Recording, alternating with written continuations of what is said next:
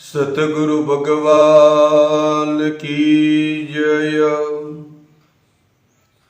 અખિલ બ્રહ્માંડમાં એક જ્ઞાન સ્વરૂપ વિલસી રહ્યું છે, જેને સંતોએ જુદા જુદા પ્રકારે કહેવામાં આવે છે કે બ્રહ્મજ્યોતનો પ્રકાશ,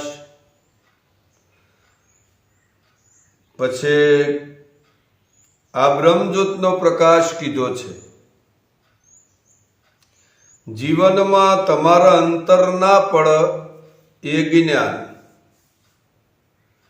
કૃષ્ણ તમારામાં અંતર નથી, નિરોત બાપુમાં તમારામાં પણ અંતર નથી, કબીર સાહેબ તમારામાં અંતર નથી। આ તેજોમય જે સ્વરૂપ છે એ અખિલ બ્રહ્માંડમાં એક સરખું છે અને વ્યાપક છે। જેમ આકાશને કોઈ ટેકો નથી, એમ આપણા સ્વરૂપને પણ કોઈ ટેકો નથી। પણ જીવનમાં જ્ઞાન પચાવવાનું છે, અહમતા આપવી જોઈએ નહીં, કારણ કે જેને અહમ હોય એને આ જ્ઞાન ઉપલબ્ધ થતું નથી। એક વખત એક ભાઈ ખેતરમાં વાવવા માટે જાય છે અને બીજા ભાઈ આવે છે, પૂછે છે કે ભાઈ આ વખત ખેતરમાં શું વાવવું છે? પેલા ભાઈ અહમના અંકુરમાં આવીને કે મારે કહેવું જ નહીં। અલ્યા ભાઈ કયો તો ખરા કે કહેવું જ નહીં। પેલો ભાઈ કે તમે વાવશો પછી ઉગશે એટલે તો ખબર પડશે ને। પેલો કે હું વાવું તો ને, જો અહમતામાં 2.5 વીઘાનું ખેતર પડી ગયું, માટે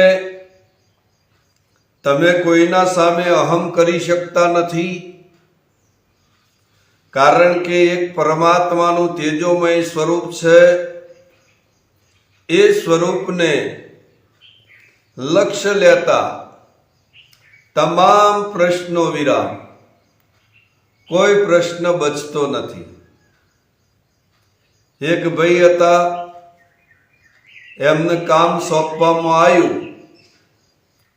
કે આ કડાયાની અંદર દૂધ મૂકેલું છે તો કૂતરું આવીને બોટે નહીં। પેલા ભાઈને અહમ થઈ ગયો કે આપણો હોય ઊભા હોય અને આજુબાજુ એ કૂતરું નીકળે ખરું, આવો અહમ થઈ ગયો।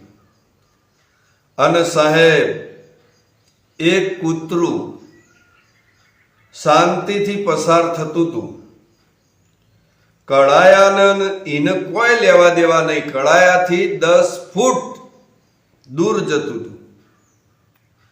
તારે આ ભાઈએ એવી ફેરવીને લાકડી મારી, એથી ઉલડીને કૂતરું કલાળામાં પડ્યું અને લાકડીના ઠોડા ઉપર ભરાઈને ઊંચું કરીને કહે છે કે હા બોટ્યું તો નહીં, અલ્યા આખું મોય પડ્યું। એમ સહેજ પણ અહમનો અંકુર સહેજ નહીં। આપણા બોધમાં 5 પ્રશ્નોમાં પણ અહમને તોડી નાખ્યો છે।